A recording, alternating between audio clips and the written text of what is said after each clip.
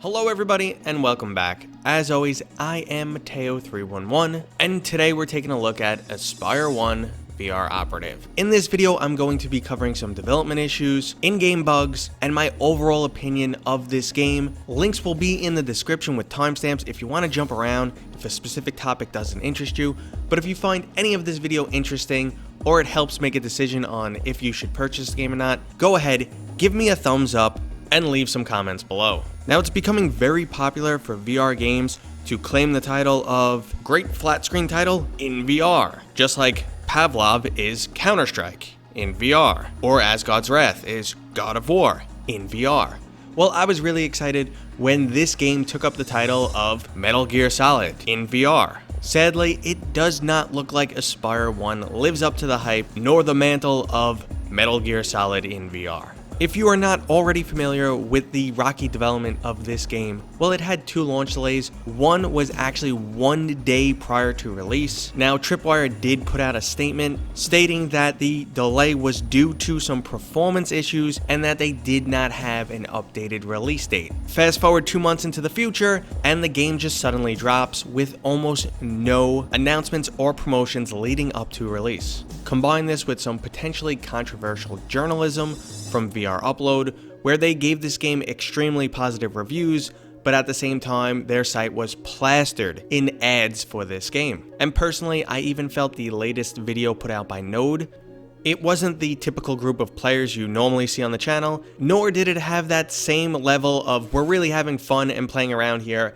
and here are just some of our crazy outtakes style that a traditional Node video has to it. But the Node video is a perfect segue into our next topic of discussion, which is game bugs. Now, while Node made it look like they were having an amazing time playing this game, even their footage couldn't avoid some game-breaking bugs, as seen here. Now, this is not just a one-off issue. I've personally experienced this exact same bug, and so have some users on my Discord channel. Now, the most common bugs that I've seen include enemies becoming frozen statues after being killed or put to sleep, physics going absolutely berserk for no reason, and overall shoddy AI, where enemies either walk into their own trip mines or suddenly surrender in the middle of a firefight.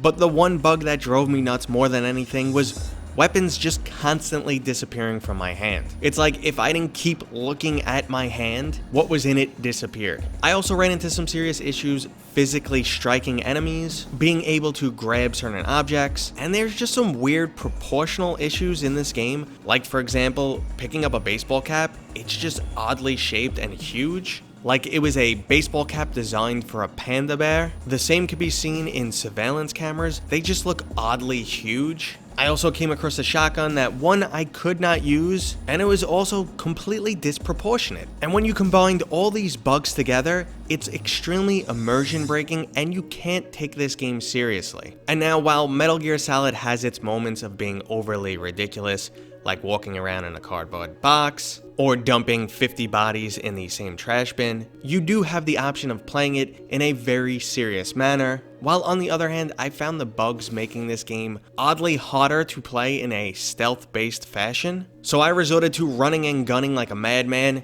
with dual submachine guns that have relatively low recoil, or I would charge enemies with my repair tool in one hand and a machine gun in the other, and just repair the damage I was receiving while I was in battle. And one final yet serious issue that caught me by surprise was that this title left me with a serious case of the VR swimmies, to the point of borderline motion sickness.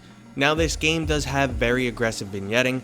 I did turn it off because that's how I prefer to play. And while I was playing the game, performance was okay. I was tracking my frames per second and was not noticing any significant issues. But when I stopped playing this game and returned to real life, I started to feel borderline sick. Now, this is a complaint that's coming from other users. You could see it across Reddit and you could see it on Steam reviews. In my 3+ years of VR gaming, I've only had about 3, maybe 4 experiences where I've had any form of motion sickness. 2 of those issues I can directly link to performance issues with new Oculus titles played through Revive. And I will admit that when hand tracking versus head tracking is used, it does throw me off a little bit, but not to the point of motion sickness. I don't know what this game is doing. Maybe there are micro stutters that I'm not picking up on, but it left me feeling not quite right. Now, my overall opinion of this game is if I purchased it, I would be returning it. I was sent this key. I wanted to get a review out early. However, I was actually sent this key post-launch, almost a day after the game actually launched, which is obviously less than ideal. How am I supposed to get my opinion out if I receive the key post-launch? So because of that, I was in no rush to get around to this game. But here I am now, guys, and I cannot recommend this game. Personally, I believe it needed additional delays. Now, I could only speculate as to what was going on internally at Digital Lobe. I would assume that they were receiving pressure from their publishers, Tripwire, to hurry up and just release this game. It looks like it was in a scenario of, well, you're taking too long, it's good enough, just get it out there. And sadly, it shows. So guys, I can't in good faith recommend this game to you guys. If the game just had these bugs that I mentioned, which prevent you from being able to take the game seriously, then I would recommend pick it up on a Steam sale. However, with the motion sickness that I experienced, I think at the moment this game is a complete pass, and it's possibly one of the biggest VR disappointments of 2019. Okay everybody, I hope you enjoyed the video. If you did, go ahead, give it a thumbs up. If you completely disagree with me, well, I want to hear it. I want to know why Espire 1 is such an amazing title and how I am completely wrong, so go ahead and leave those comments. And as always, I'll see you guys on next time.